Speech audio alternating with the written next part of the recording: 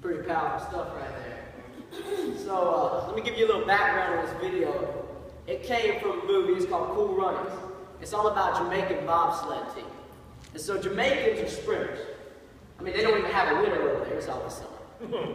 And so they decided to form a bobsled team. Everybody really went to their phone. They said they couldn't do it. They weren't even supposed to qualify, but they did. They weren't supposed to be any good, but they were.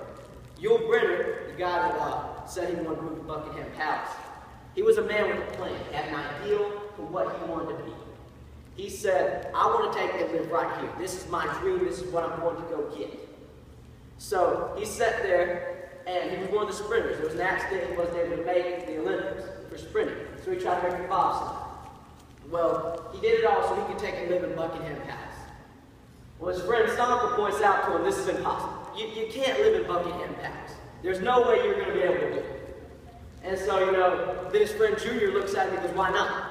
What is stopping you from getting it? What is going to stop you from achieving your Buckingham Palace? All you have to do is want it bad enough and be willing to work for it, and you can achieve it. So that leads me to ask y'all, what is your goal? What is your goal, everybody? You have one? If you don't, you need one. Every single year, at the beginning of school year, they talk to us about goals. They give us a speech on it. They make us listen about it. They make us write down our goals. And this is one of the parts of school that I actually pay attention to. Because I find it interesting, I enjoy learning about it. I believe goals are important. I believe when you stop having a goal, you stop living. You should always strive for something better.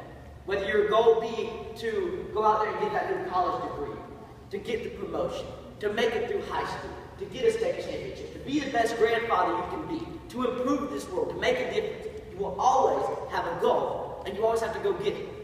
So it leads us to the question of, how do you approach your goals? How do you look at it? Do you just kind of want it, or do you really want it? Are you willing to go out there and make it happen for yourself? Are you willing to go get it? So there's this story. My coach sent it to me. Actually, he sent it to me twice, because he wanted to really get into my head. And so it starts off as a YouTube clip. And I didn't want to play it. I don't have too many videos of this thing. So it starts off this young man. He goes to this guru, right? And he tells the guru, I want to be like him. I want to be making money.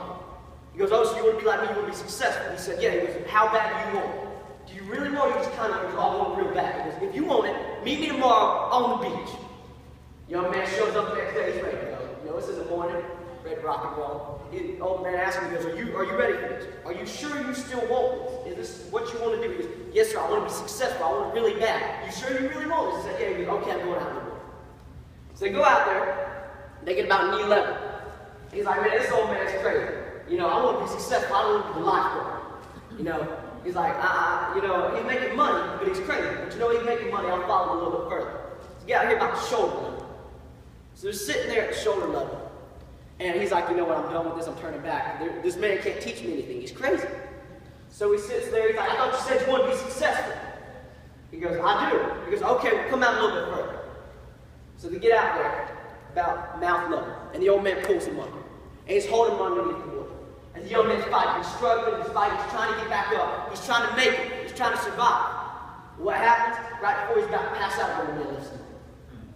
So he gets lifted up out of the water, the young man's all wide-eyed and stuff. He didn't know what was going on. What you doing? That's exactly what you're doing. What you doing? And so the old man tells him, if you want to be successful, as bad as you want to breathe, then you will be successful. If you're talking about asthma, asthma's a big problem in our nation. I personally don't have it, so I can't speak from experience. My sister has it, my brother has it. They all live without it. Now see, I've never had it, so I can't really talk about it, but I can talk about getting the breath knocked out now. Breath knocked out. Because that happens to me a lot. And so, one story I have about it, when I was little, I was riding a scooter. There's a lot of bad stories there with me riding a scooter. But we're not going to talk about this. So, I thought I was smart. I said, you know what? I'm going to go jump this ledge.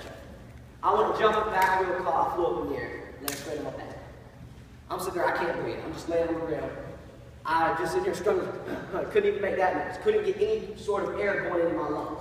The whole time that was going on, I did not think of anything but breathing. That's all I thought about, was getting some air into my lungs. I didn't think about TV. I didn't think about partying. I didn't think about what I'm going to wear the next day. I didn't think about what I'm going to eat. I didn't think about sleeping. I thought about breathing. That's all I could think about. That's all I could strive for. That's all I could do. When you want to be successful that bad, that's all you think about. That's all you work towards. Then you will be successful. So that leads us to fight. My mom, she bought me this devotion. And the devotional is called Heart of a Coach Playbook, because that's my dream when I get older. I want to be a coach. And so I'm sitting there reading, and one of the things it talks about is fight. Now, as a coach, as an athlete, anybody that has anything to do with athletics, we love to talk about fight.